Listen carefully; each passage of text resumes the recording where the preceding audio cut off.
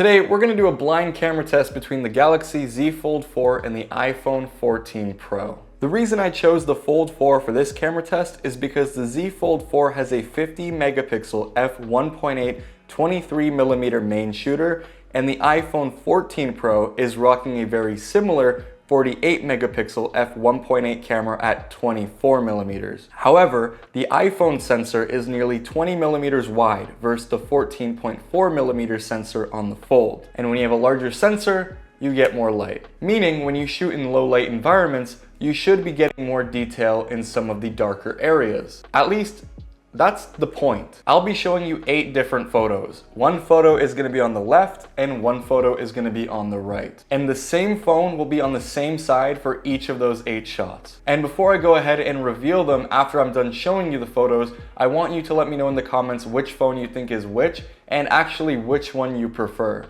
None of these are professional shots. I'm not a photographer and most likely neither are you. So I think it's nice to know what you can expect from these shots realistically without having to take the time to learn how to fully utilize them. All of these photos are going to be taken with that large main sensor, and all of these shots are point and shoot like I mentioned.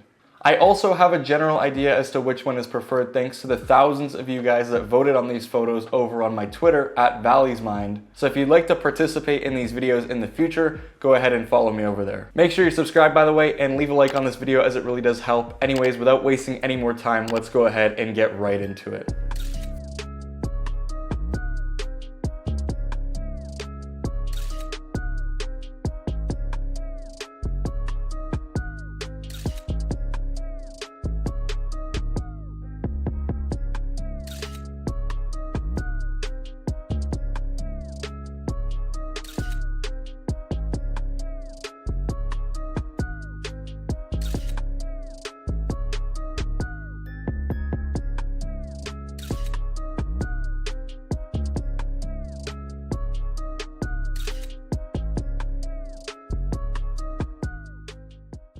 So before we go ahead and reveal which phone was which, I just want to make sure all of you guys have locked your votes in the comment section down below, so I'll give you a second to do that.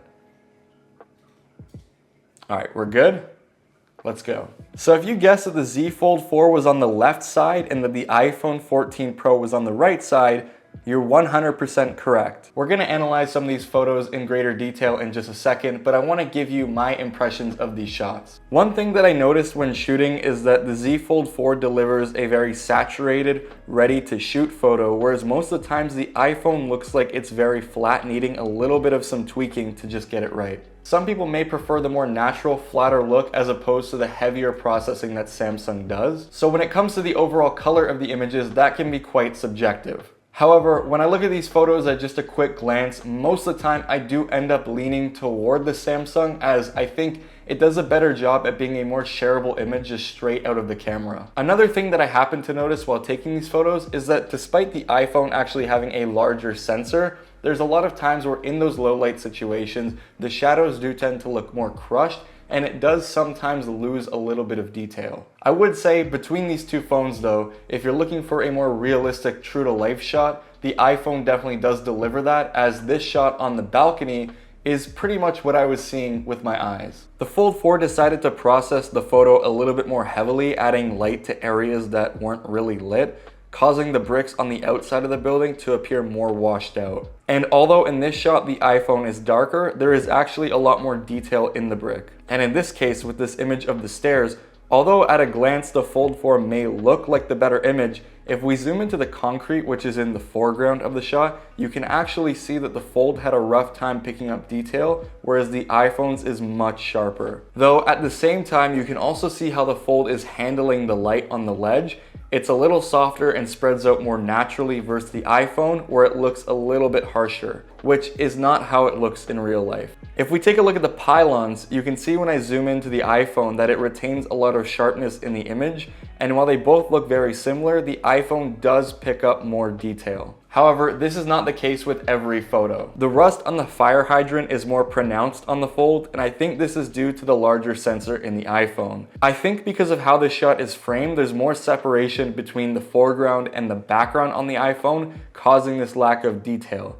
So again, it's kind of difficult to show a clear winner here because if used correctly, both of the phones would look great. And I think that's the case with a lot of these images. Despite on paper the Fold having a worse camera, I think both of the phones hold up really, really well against each other. Especially in photos where there's a lot of dynamic range, like this pine tree.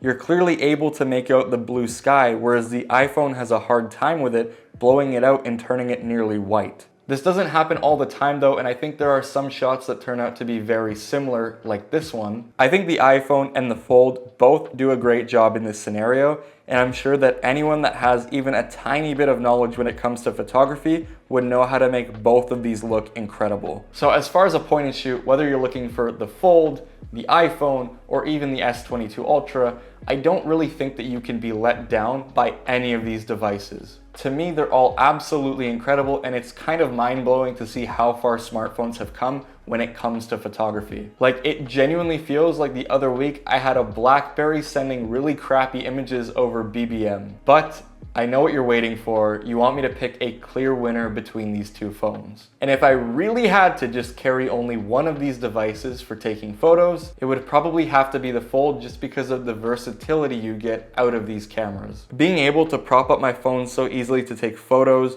or use the rear cameras to take selfies is just something that I don't want to give up now that I've played with it. But when it comes to video, it may be a completely different story. So if you want to see a video comparison between the iPhone 14 Pro and the Samsung Galaxy Z Fold 4, let me know in the comments down below. Anyways, that's been it. I hope you all enjoyed this video, and I'll see you in the next one. Peace out.